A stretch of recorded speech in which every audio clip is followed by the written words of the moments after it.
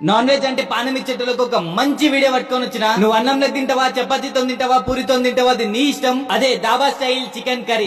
Chicken curry చిక్క గ్రేవీతో Jabardasth taste ఉండేలాగా simple అంటే సింపుల్ వేలే చెప్తా. చలో నడురిగా. ఒక బౌల్ లో సగం టేబుల్ స్పూన్ గసగసాలు, 1 టేబుల్ స్పూన్ పుచ్చకాయ గింజలు, 1 టేబుల్ స్పూన్ కాజు, 2 టేబుల్ స్పూన్ల కొబ్బరి పొడి, కొన్ని నీళ్లు పోసుకొని ఒక 10 నిమిషాలు మంచిగా నానబెట్టుకోండి. ఇప్పుడు ఒక పాన్ లో కొంచెం నూనె పోసుకొని చూపిస్తున్న మసాలాలు వేసుకోండి. మీడియం సైజు 2 ఉల్లిగడ్డలు, కొంచెం పచ్చిమిర్చిని కట్ చేసుకొని వేసుకోండి. ఉల్లిగడ్డలేకి మంచిగా బ్రౌన్ కలర్ వస్తేనే ఏ కూర అయినా టేస్ట్ వస్తుంది. అందులో కొంచెం కరివేపాకు, 1 టేబుల్ స్పూన్ అల్లం వెల్లుల్లిపాయ పేస్ట్ వేసుకొని మంచిగా పచ్చి వాసన పోయేదాకా కలుపుకోండి. అందులో అర్ధ కిలో చికెన్ వేసుకొని మంచిగా కలుపుతుంటే చికెన్ లో నుంచి వాటర్ బయటకు వస్తాయి. ఇప్పటిదాకేదో కాయ తినిపించిందిరా.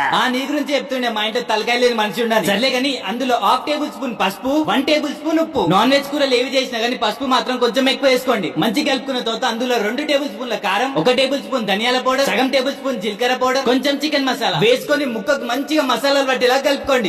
నాకు కాయ లేదా? నీ అవ్వను మనిషివా, బాత్రూమ్ లో జిల్ల పురుగువా? ఒకటి చెప్తే ఒకటి అర్థం చేసుకుంటున్నావు. సర్లే కానీ 2 టమాటాలని పేస్ట్ కొట్టేసుకోండి. దానితో పాటు నానబెట్టుకుని కూడా మంచిగా పేస్ట్ కొట్టేసుకోండి. ఒకటి మాత్రం జాగ్రత్త, గ్యాస్ లో టు మీడియం ఫ్లేమ్ లోనే ఉండాలి. హై ఫ్లేమ్ లో ఉంటే పక్కా అడిగంటేస్తుంది. ఒకవేళ టమాటాలు వద్దనుకున్న వాళ్ళు పెరుగు కూడా వేసుకోవచ్చు. అందులో 1 కప్పు నీళ్లు పోసుకొని మంచిగా కలుపుకొని మూత పెట్టుకొని ఒక 10 నిమిషాలు వదిలేయండి. మధ్య మధ్యలో కలపండి. 10 నిమిషాల తర్వాత మంచిగా ఉడికి ఇట్లా నూనె పైనకి వస్తుంది. అందులో పుదీనా, కొత్తిమీర, కొంచెం నిమ్మకాయ, గంజాయి లేకుండే కస్తూరి మేతి కూడా వేసుకోవచ్చు. ఇంతే అండి, సింపుల్. మన కర్రీ అయిపోయింది. వేడి వేడి అన్నంలో ప్రతి ముద్దకి ఒక చికెన్ ముక్క పెట్టుకొని తింటే వారే వా అనిపిస్తుంది. వీలున్నప్పుడు ఇంట్లో పక్కా చేసుకోండి. ఎలా అనిపించిందో కామెంట్ చేయండి.